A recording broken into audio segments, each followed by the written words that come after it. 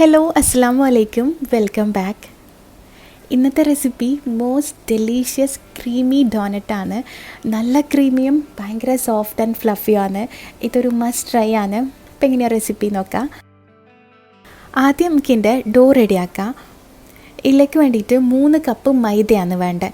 ഇതിൻ്റെ മേലെ ഇങ്ങനെ ഫ്ലാറ്റ് ആക്കിയിട്ട് കപ്പിൻ്റെ മേലെ ഇതുപോലെ നിരപ്പാക്കി എടുത്തിട്ടുള്ള 3 കപ്പ് മൈദ. ഇതിൻ്റെ അളവൊന്ന് ശ്രദ്ധിക്കാനുണ്ട്, അതുകൊണ്ടാണ് ഞാൻ അങ്ങനെ പ്രത്യേകം പറഞ്ഞത്.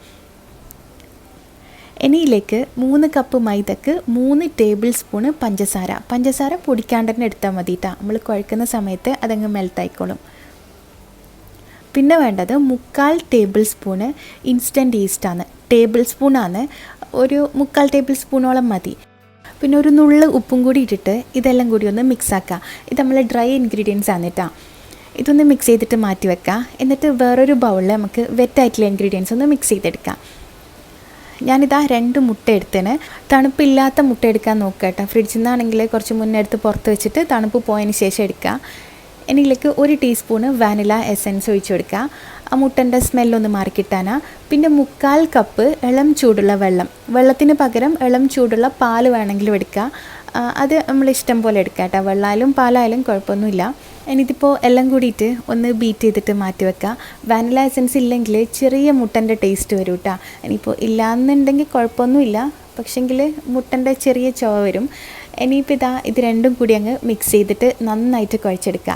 ഇതിപ്പോൾ 3 കപ്പ് മൈദക്ക് 3/4 കപ്പ് വെള്ളം എന്നുള്ള അളവ് കറക്റ്റ് അളവാണ് കേട്ടോ. കൂടുതലോ കുറവോ വേണ്ട വരില്ല. പക്ഷെങ്കിൽ ചിലപ്പോൾ അളവിൽ എന്തെങ്കിലും വേരിയേഷനോ അല്ലെങ്കിൽ ചില മൈദൻ്റെ എന്താ പറയുക വെള്ളത്തിൻ്റെ അളവൊന്നും ചിലപ്പോൾ കറക്റ്റ് ആയിരിക്കില്ല.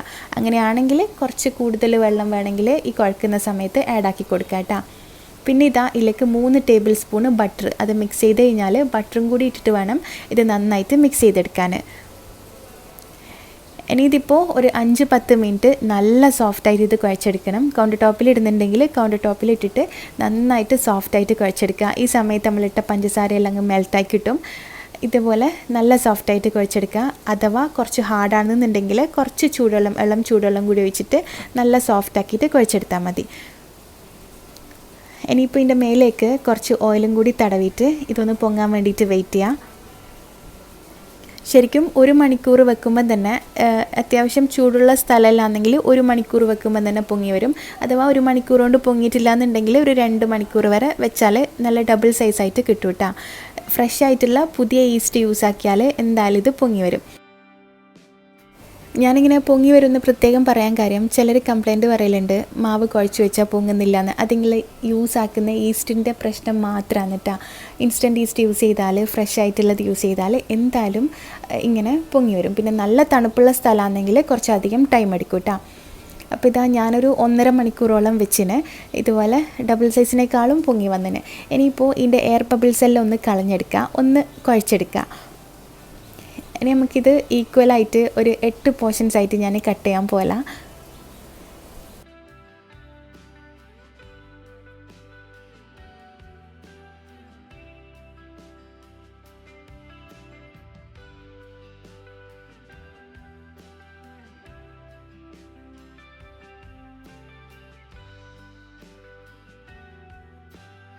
ഇനി ഇത് ഓരോന്നും എടുത്തിട്ട് നല്ല റൗണ്ട് ഷേപ്പിൽ നല്ല ബോൾ പോലെ ആക്കി വെക്കുക. പിന്നെ ഇതിങ്ങനെ ബോളാക്കുന്ന സമയത്ത് പ്രത്യേകം ശ്രദ്ധിക്കാനുള്ള മേലെ ഭാഗം മാത്രം നല്ല ക്ലിയർ ആയാൽ പോരാ, അതിൻ്റെ താഴെ ഭാഗത്തും ക്രാക്സ് ഒന്നും ഇല്ലാണ്ട് ബോൾസ് ആക്കി വെക്കണം. അല്ലാന്നുണ്ടെങ്കിൽ നമ്മൾ ഓയിലെടുത്ത് ഫ്രൈ ചെയ്യുന്ന സമയത്ത് അത് ഇങ്ങനെ ക്രാക്കായിട്ട് പിളർന്ന് വന്നു പോകും. അതുകൊണ്ട് അത് പ്രത്യേകം ശ്രദ്ധിക്കണം. താഴെ ഭാഗവും മേലെ ഭാഗവും ക്രാക്സ് ഒന്നും ഇല്ലാണ്ട് വേണം ബോളാക്കിയെടുക്കാൻ. ഇങ്ങനെ ഓരോന്നും ചെയ്തെടുക്കുക. പിന്നെ ഞാനിപ്പോൾ കട്ട് ചെയ്തതില്ലേ കുറച്ച് വലിയും ചെറിയും പീസസ് എല്ലാം ആയിന്. അതിപ്പോൾ ഞാനിങ്ങനെ ഷേപ്പ് ചെയ്യുന്ന സമയത്ത് കറക്റ്റ് സെയിം ക്വാണ്ടിറ്റിയിൽ തന്നെ ചെയ്തെടുക്കും കേട്ടോ.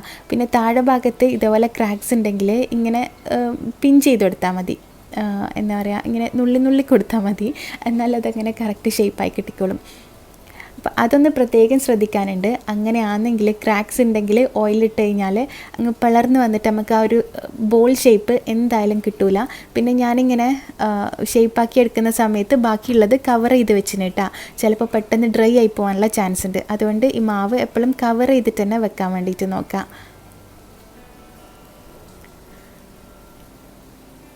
അപ്പോൾ ഇതാ ഞാൻ മൊത്തത്തിൽ ഇതേപോലെ ഷേപ്പാക്കി എടുത്തതിന് കുറച്ച് സമയം എടുത്താലും ക്രാക്സ് ഇല്ലാണ്ട് ചെയ്യാൻ പ്രത്യേകം നോക്കണേ. ഇനിയിപ്പോൾ ഇതൊരു അരമണിക്കൂർ റെസ്റ്റ് ചെയ്യാൻ വേണ്ടി വെക്കണം. ഇതൊന്ന് പൊങ്ങി വരണം, എന്നാലേ ഭയങ്കര സോഫ്റ്റായിട്ടുള്ള ഈ ഡോനറ്റ് ഉണ്ടാക്കിയെടുക്കാൻ പറ്റൂ കേട്ടോ. അപ്പോൾ ഞാൻ ഇതുപോലെ കുറച്ച് ഗ്യാപ്പ് വിട്ടിട്ട് ഇങ്ങനെ നിരത്തി വെക്കുന്നുണ്ട്, എന്നിട്ട് അടച്ച് വെക്കുന്നുണ്ട്. ഇതിപ്പോൾ ഞാൻ ക്ലിംഗ് റാപ്പ് വെച്ചിട്ടാണ് റാപ്പ് ചെയ്ത് വെക്കുന്നത്. അതല്ലെങ്കിൽ ഏതെങ്കിലും ഒരു അടപ്പുള്ള വലിയ പാത്രം ഉണ്ടെങ്കിൽ അതിലിറക്കി വെച്ചിട്ട് താഴെ മൈദ സ്പ്രെഡ് ചെയ്യാൻ വേണ്ടിയിട്ട് മറക്കറ്. മൈദ സ്പ്രെഡ് ചെയ്തിട്ടില്ലെങ്കിൽ താഴെ ഒട്ടിപ്പിടിച്ച് പോട്ടാ, അപ്പോൾ പ്രത്യേകം നോക്കണം.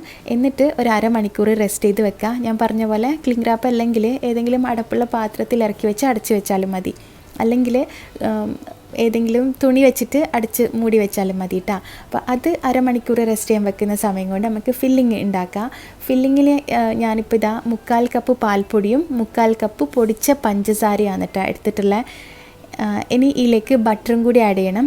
ഒരു 3-4 ടീസ്പൂണോളം ബട്ടറും കൂടി ആഡ് ചെയ്തിന്. ബട്ടർ കൂടുതൽ ആഡ് ചെയ്താൽ കൂടുതൽ ബട്ടറിൻ്റെ ടേസ്റ്റ് ഉണ്ടാവും. നമ്മൾ ഇഷ്ടം പോലെ ആഡ് ആക്കാം കേട്ടോ. ഇനി ഇതിലേക്ക് കുറച്ച് പാലൊഴിക്കുക. 2-3 ടേബിൾ സ്പൂൺ മാത്രമേ പാലൊഴിച്ചിട്ടുള്ളൂ. കൂടുതൽ പാലൊഴിച്ചാൽ ഇത് ലൂസായി പോട്ടാ. ഇതെല്ലാം കൂടി മിക്സ് ചെയ്തിട്ട് നന്നായിട്ട് ബീറ്റ് ചെയ്തെടുത്താൽ നല്ല ടേസ്റ്റുള്ളൊരു മിൽക്കി ക്രീമായിട്ട് നമുക്ക് കിട്ടും. ഇപ്പോൾ ഈ മിൽക്കി ക്രീം തന്നെ ഉണ്ടാക്കണമെന്നില്ല, നമുക്ക് വേണമെങ്കിൽ ഇതിൽ ചോക്ലേറ്റ് ഫില്ലിങ് ചെയ്തെടുക്കുക. ന്യൂട്ടല്ലയിലില്ലേ, ന്യൂട്ടല്ല തന്നെ വേണമെന്നില്ല, വേറെ ചോക്ലേറ്റ് ആണെങ്കിലും കുഴപ്പമില്ല, അത് ഫില്ല് ചെയ്ത് കൊടുക്കുക. അല്ലാന്നുണ്ടെങ്കിൽ കസ്റ്റേർഡ് ഫില്ലിങ് ഇല്ലേ, കസ്റ്റേർഡ് കുറച്ച് കട്ടിയിൽ ഉണ്ടാക്കിയിട്ട് അത് ഫില്ല് ചെയ്ത് കൊടുക്കുക. നമ്മൾ താല്പര്യം പോലെ ചെയ്യാട്ടോ. ഇതിപ്പോൾ നല്ല ടേസ്റ്റുള്ളൊരു മിൽക്ക് ഫില്ലിങ്ങാണ്. ഇതിൽ ബട്ടർ കൂടുതൽ ആഡ് ചെയ്യും തോറും നല്ല ബട്ടറിൻ്റെ നല്ല ടേസ്റ്റ് ഉണ്ടാവും. നമ്മളെ ക്രീം ബണ്ണിൻ്റെ എല്ലാം ഉള്ളിലെ ക്രീമിൻ്റെ ടേസ്റ്റ് ഉണ്ടാവും. ഇതിപ്പോൾ ഇതാ റെഡി ആയിട്ടുണ്ട്. നല്ലോണം ബീറ്റ് ചെയ്യുക. ഇങ്ങനെ നല്ലൊരു ടൈറ്റുള്ള ക്രീം ആക്കിയെടുക്കുക. അഥവാ പാൽ കൂടുതൽ ഒഴിച്ച് പോയിട്ട് ലൂസായി പോയിന്നുണ്ടെങ്കിൽ കുറച്ചും കൂടി പാൽപ്പൊടി ഇട്ടാൽ ടൈറ്റായിട്ട് കിട്ടും കേട്ടോ. ഇനിയിപ്പോൾ ഞാനീ പറഞ്ഞിട്ടുള്ള കസ്റ്റർഡ് പൗഡറോ ചോക്ലേറ്റോ പാൽപ്പൊടിയോ ഒന്നും ഇല്ലെങ്കിൽ കോൺഫ്ലോറും പാലും പഞ്ചസാരയും ഇട്ട് കുറുക്കിയിട്ട് ഒരു ക്രീം ഉണ്ടാക്കിയാലും മതി കേട്ടോ, തിളപ്പിച്ച് കുറുക്കിയിട്ട്. അപ്പോൾ ഇത് അരമണിക്കൂറാകുമ്പോൾ തന്നെ ഇത് നല്ലോണം പൊങ്ങി വന്നതിന്. പിന്നെ ഇതുണ്ടാക്കുമ്പോൾ ശ്രദ്ധിക്കേണ്ട ഒരു കാര്യം, എപ്പോഴും ഈ മാവ് അടച്ച് വെക്കാൻ തന്നെ നോക്കണം കേട്ടോ, അല്ലാന്നുണ്ടെങ്കിൽ മേലെ ഭാഗം ഡ്രൈ ആയിട്ട് പൊട്ടിപ്പോവും. ഇനിയിപ്പോൾ ഇത് ഓരോന്നായിട്ട് ഫ്രൈ ചെയ്തെടുക്കുക. ഞാനിതാ ഓയിൽ ചൂടാക്കാൻ വേണ്ടി വെച്ചിന്. ഓയിൽ ചൂടാക്കുമ്പോൾ പ്രത്യേകം ശ്രദ്ധിക്കേണ്ട കാര്യം, നല്ല തിളച്ച ഓയിലിലേക്ക് ഇതിട്ട് കൊടുക്കാൻ പാടില്ല. ഇത് കണ്ട ലോ ഫ്ലെയിമിൽ ഓയിൽ ചൂടാക്കുക. അങ്ങനെ ലൈറ്റായിട്ട് ചൂടുള്ള ഓയിലിലേക്ക് മാത്രമേ ഇതിട്ട് കൊടുക്കാൻ പാടുള്ളൂ കേട്ടോ. നല്ല തിളച്ച ഓയിലിട്ട് കൊടുത്താൽ എന്താ പ്രശ്നം എന്ന് പറഞ്ഞാൽ പെട്ടെന്ന് തന്നെ പുറം ഭാഗം കളറങ്ങ് മാറും, ഉള്ളിൽ വേവില്ല. അതുകൊണ്ട് ഇത് കണ്ട കാണുമ്പം തന്നെ മനസ്സിലാവുന്നില്ലേ, ഭയങ്കരമായിട്ട് അങ്ങ് മുരിഞ്ഞ് വരുന്നില്ലല്ലോ. മെല്ലെ ചെറിയ തീയിൽ മുരിയിച്ചെടുക്കുക. പിന്നെ ഇത് ഓയിൽ കുടിക്കുകയൊന്നും ചെയ്യില്ല കേട്ടോ. ചെറിയ തീയിൽ വേവിക്കുമ്പോൾ ഓയിൽ കുടിച്ചെടുക്കുകയൊന്നും ചെയ്യില്ല. ഇതുപോലെ ഒരു ഭാഗം കളറ് ഈ ഒരു കളറാകുമ്പോൾ മാത്രം തിരിച്ചിട്ടാൽ മതി. ഇടയ്ക്കിടെ തിരിച്ചു മറിച്ചു വിടേണ്ട ആവശ്യമൊന്നുമില്ല. ഒരു സൈഡ് ഈ ഒരു കളറായാൽ തിരിച്ചിടുക, എന്നിട്ട് കുറച്ച് സമയം കൂടി വെക്കുക. മറ്റേ സൈഡും ആ ഒരു സെയിം കളറാകുമ്പോൾ, നല്ല ഡാർക്കാവാൻ വേണ്ടി നിൽക്കേണ്ട, ഈ ഒരു കളറ് മാത്രമാകുമ്പോൾ നമുക്ക് കോരി മാറ്റാം. ചെറിയ തീയിലായതുകൊണ്ട് എന്തായാലും ഇതിൻ്റെ ഉള്ളിൽ വേവാനുള്ള അത്രയും സമയം എടുക്കും ഈ ഒരു കളറാകുമ്പം തന്നെ. ഇനി ഇത് കോരി മാറ്റിയിട്ട് നെക്സ്റ്റ് ട്രിപ്പ് ഇട്ട് കൊടുക്കുക. പിന്നെ ഫ്ലെയിം എപ്പോഴും ഞാൻ പറഞ്ഞ പോലെ മീഡിയം ടു ലോ ഫ്ലെയിമിൽ വെച്ചാൽ മതി. മീഡിയം ഫ്ലെയിമിൻ്റെയും ലോ ഫ്ലെയിമിൻ്റെയും ഇടയിൽ വെച്ച് കൊടുത്താൽ മതി കേട്ടോ.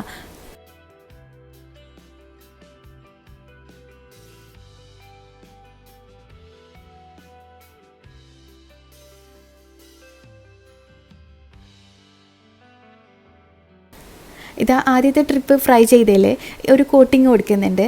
ഇത് നിർബന്ധമില്ല, പക്ഷെങ്കിൽ എക്സ്ട്രാ ടേസ്റ്റും ഉണ്ടാവും, നല്ല ലുക്കും ഉണ്ടാവും കാണാൻ.